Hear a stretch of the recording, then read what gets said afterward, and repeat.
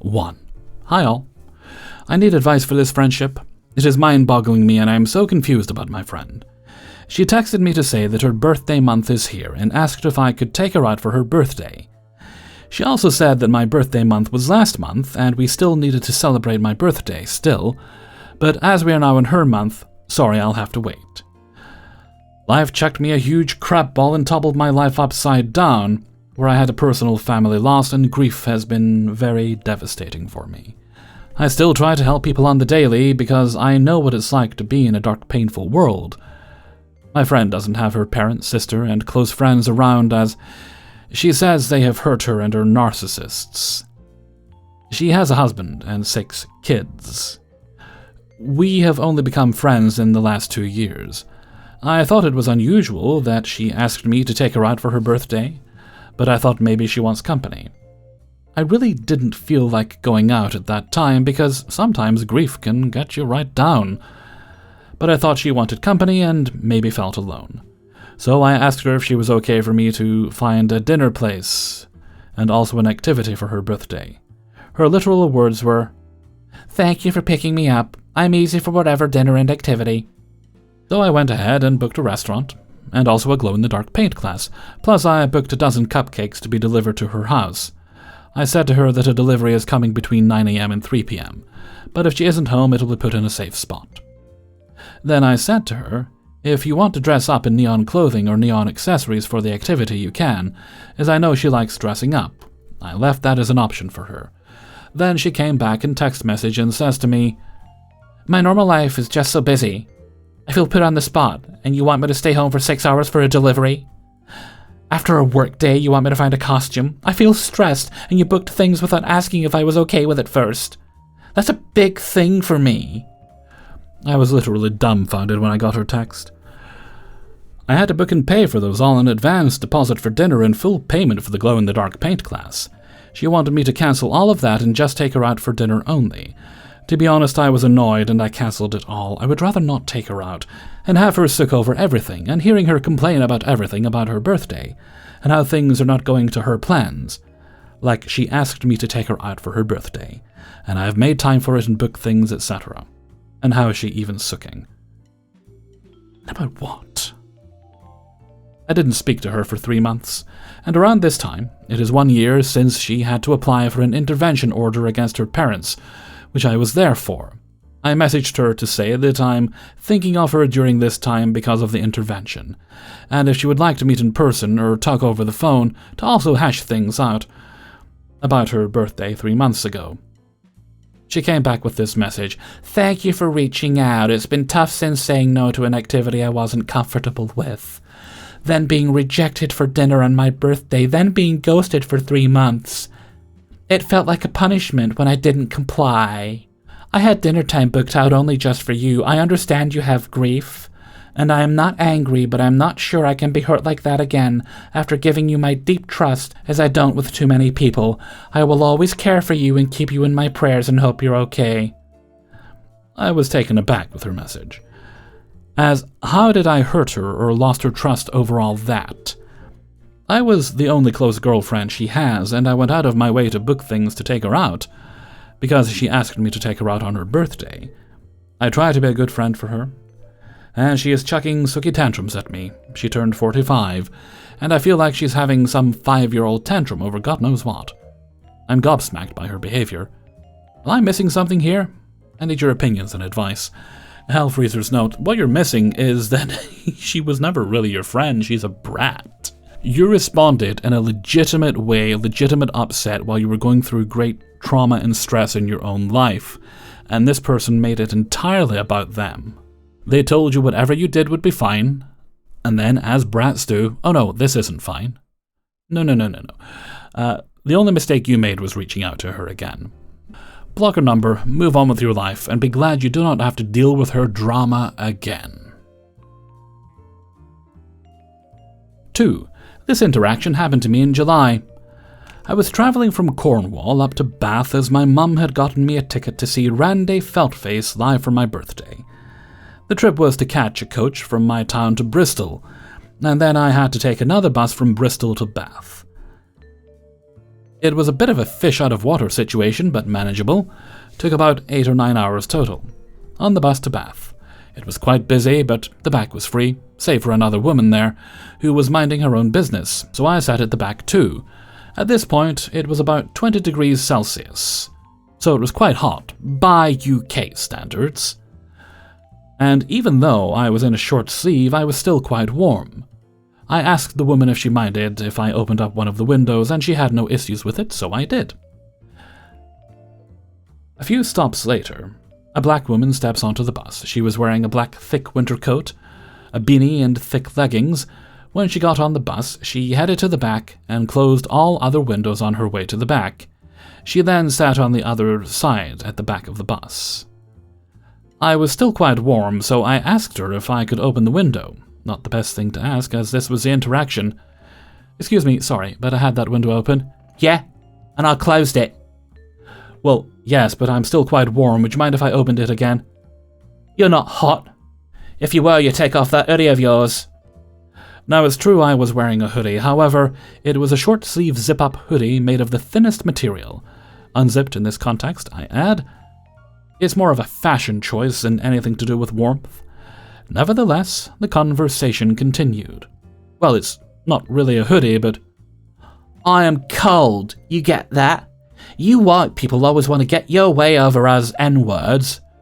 That's not how she put it, but, well... "Go use your white supremacy somewhere else, you racist prick." Again, not quite how she phrased it. I was in stunned silence from that. I had no idea what to say in response, and I couldn't move anywhere else because the bus was packed by this point, and all seats were full. So I just sat there in silence while others opened their windows again. About 10 minutes into the trip, I glanced to my side, and I kid you not, she was lying on the 4 seats of the back. Her legs were curled up and just barely missing me. I was stunned, but took the opportunity to open the window again, when I confirmed she was sleeping. Eventually, she got up and got off the bus, all while shouting, "You white people make me sick. You let a white bitch spread her legs on the back, but no, we have to curl up like animals." Admittedly, I was grateful we didn't have to get off at the same stop. Good lord, that would not have been a fun moment. It was definitely one of the craziest experiences I had on public transport. It was certainly the first time I'd been called a racist. Aside from that experience, I had a wonderful time watching Randy, and Bath was a wonderful city to explore. Hellfreezer's note. No. I mean, I think we need to be a bit more understanding here. It is a well-known fact that racists tend to run at higher temperatures than non-racists. That's why I'm always cold. So clearly, as she closed the windows as she got on the bus, she was simply trying to flush all the racists out. That's probably what happened there. Or maybe she was just a wackadoo, who knows. Probably more that. 3. Way back, I was working on the service desk for a large organization who almost exclusively used Dell for their end-user hardware. On a fairly quiet day, I get a call. "Hi, this is Bob from Dell. Have I come through to Texical's IT department?" "Yes, this is the service desk at Texical." "I was just calling to see how often do you refresh your hardware, specifically monitors?" At this point, I'm pretty sure it's a sales call, but it's fairly quiet, and if I'm on the phone, I can't get another call, so I play along. Usually 4 years, but can be more or less than that. Okay. So you wouldn't dispose of one after, say, 2 or 3 months? Very unlikely. And what do you do with your disposed IT equipment? We use a computer recycler who collects it. I don't know what they do with it after that. So the reason I'm asking is someone has made a warranty claim for a faulty Dell screen. When I ran the service tag through our system, I can see we sold it in a bulk order about 3 months ago. Looks like you also purchased a few extra years warranty on it too. The person who put it through the claim mentions they purchased it new on eBay about 3 months ago. Yeah, that is a bit strange. Yeah, we just wanted to see what is happening, as it does seem a little out of the ordinary you would dispose of a screen so soon, especially with the extra warranty. If you can give me the service tag, I'll check our CMDB. That should confirm if it has been retired or not. I get it and run the service tag in our CMDB. Yep, it's showing as an active asset, i.e. not disposed of. We got it about 3 months ago, and it should be in our IT storeroom ready for deployment right now. What I'll do is log a ticket, noting the service tag with the team that handles purchases and find out what happened. I log the ticket, we exchange reference numbers, and end the call. Then I basically just forget about it. A week or so later, an immediate termination request is put through for one of the other IT guys. We were told he no longer works for our company, and he left very suddenly without explanation. Later on, I found out through the grapevine. He was fired for theft of company property. Honey, honey, I know. Basically, he stole a new Dell monitor that you let me go from the IT room that was intended for stock on hand and sold it as new on eBay. The monitor had a fault, and the purchaser on eBay logged a warranty claim directly with Dell using the eBay purchase record as her proof of purchase. The seller's eBay account belonged to the person who stole the monitor, and that's how he got caught. Hellfreezer's note, I've been watching a lot of videos about people doing like budget builds on computers and PCs and things, and also about scam PC builds. So I think what happens to a lot of those old Dell workhorse computers from offices is they're meant to be recycled, but scummy people will buy up the parts and spend, I don't know, $100 or something, making a very crappy system, and then sell it for about $500.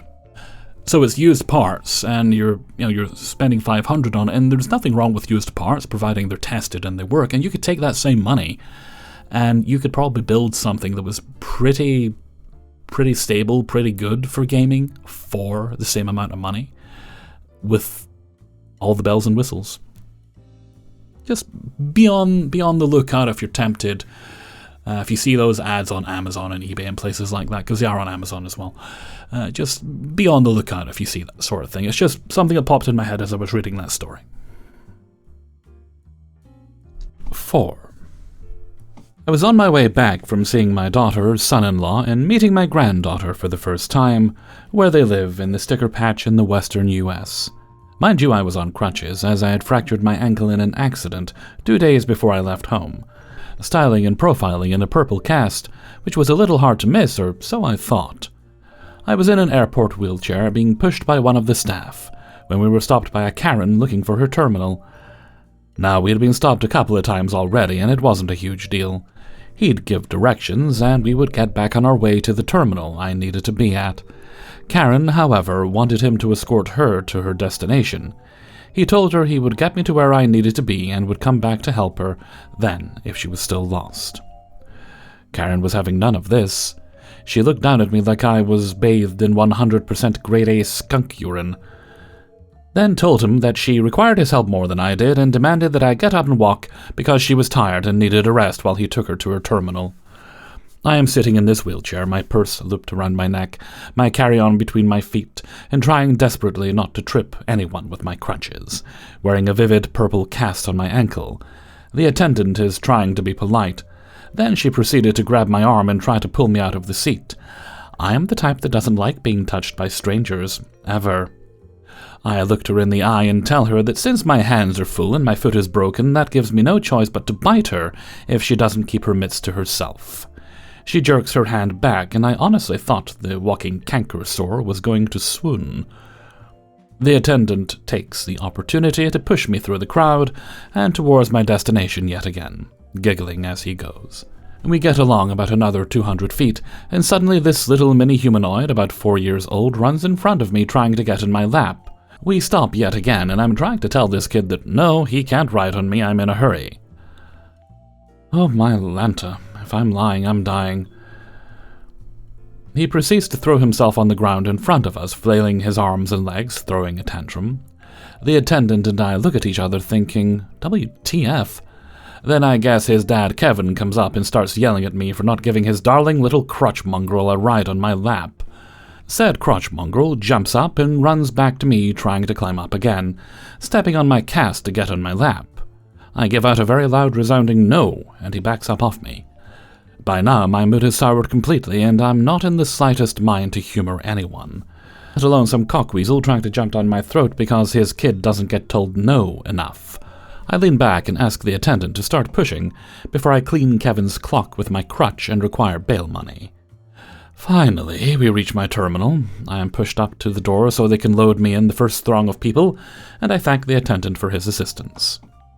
I have my carry-on on the floor in front of the wheelchair, and my cast-covered ankle elevated upon it, trying to ease the throbbing, and another Karen approaches the podium. You can tell she's a Karen right away, because she's throwing a fit that those in a wheelchair are to be loaded first. She paid good money to be loaded in the first group, and she insisted that she wants a front window seat. The door attendant tells her that is protocol, and she will be in the first group this ambulatory after the disabled people are in their seats. This very well-dressed, perfect makeup butt maggot starts screeching that no, she will board first and she will pick her seat, and that don't you know who her daddy is? Without batting an eyelash, the door attendant says no, but he's surprised her mom didn't tell her what her dad's name was. That little response boosted my mood incredibly, along with the fact that she looks like a gaping goldfish. We proceed to start getting loaded onto the plane. The lady, who was sitting next to me in another wheelchair, leans over and whispers that she didn't care where they seated her, but now she really wants to sit in a front row window seat. I whispered back that I'm glad there's two because I want the other one. Other than her stomping her foot like an overgrown 8-year-old when she realized that both of her seats were taken, there were no other problems.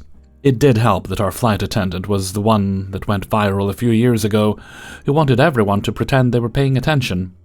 I did get a selfie with her. 5. I'm a 47-year-old man, but this event occurred the week of Halloween 2002, back when I was 25. Now, Halloween was on a Thursday, and the costume party I was attending was the Saturday before the 26th. This is important for the story.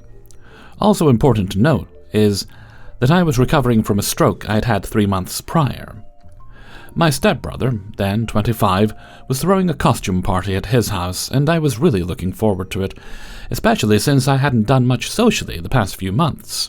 My buddy Fernando and I were excited to go. I was dressed up as Uncle Fester from the Addams Family, and Fernando was going as Zorro. We had to make a pit stop at the nearby Walmart so Fernando could grab a plastic sword for his costume. I decided to pick up a few extra snacks and drinks, so I went in too. We'd get stopped by random customers who complimented our costumes, and we thanked them, but we were men on a mission. Once we grabbed everything we needed, we headed to the checkout lines. I should also note that I deal with some social anxieties, so I was looking around to assess my surroundings while waiting in line. Now cue the Karen. She absolutely looked the part, down to the clearly fake blonde haircut and costume jewelry. She had a little girl in the cart, who screamed bloody murder the instant she saw me. I immediately began to apologize to Karen that frightening her daughter was not my intent, but before I could finish, she cuts me off and begins the tongue-lashing. Who the hell do you think you are going around like this, scaring innocent little kids when it's not even Halloween? What the hell is wrong with you? Keep in mind, it was 5 days before Halloween. We locked eyes, and I responded with, You're right, that is a few days before Halloween, but all the parties are tonight. But I'm a reasonable man, so I tell you what, I'll remove my face makeup if you take off your mask. She starts to respond with, But I'm not wearing... You SOB! How dare you speak to me like that? I say, But I did. So what now? This is when I'm met with a sudden sharp pain in the knee as I fall over, Karen having rammed her cart into me. As I was still recovering from my stroke, my equilibrium was lacking and I fell straight to the ground. The cashier in our lane immediately paged the manager and loss prevention, and Karen attempted to backtrack and leave the lane, but 2 other customers had blocked her in. As Fernando was helping me back onto my feet, I saw the manager and loss prevention rushing over to see the commotion. The manager and I sat on a nearby bench so I could explain everything that happened, and loss prevention led Karen in the opposite direction.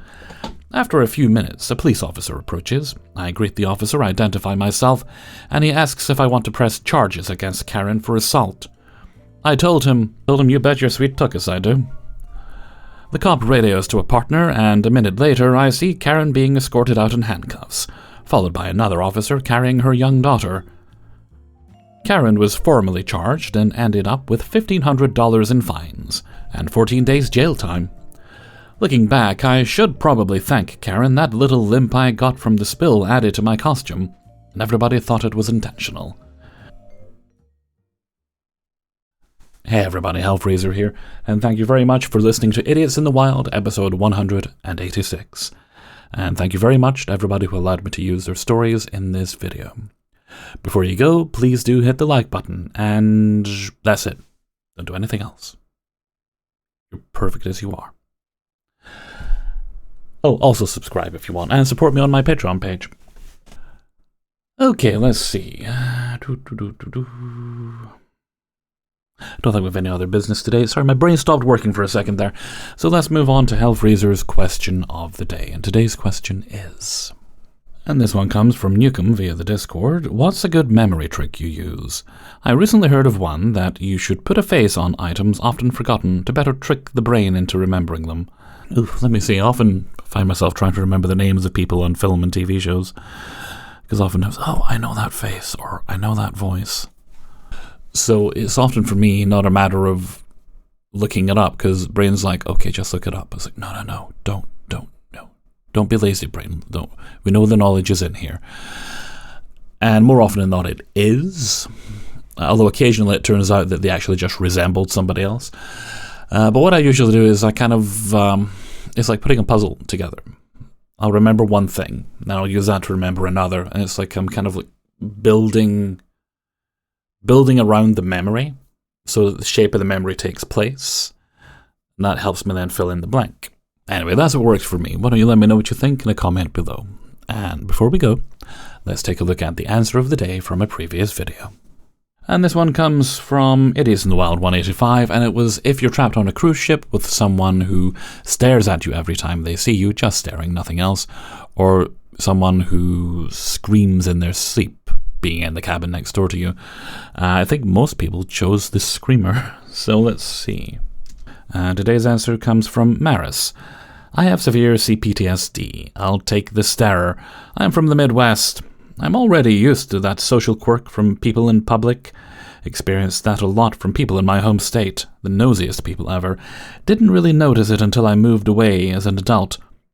Then went there to visit once. It was so weird, like in the movie Inception, where everyone picks up on you changing the dream. I can't handle loud noises or yelling. Thank you very much for your answer, Maris. And with that, I'm going to head off for now. So until next time, thank you very much for listening, and take very good care of yourselves.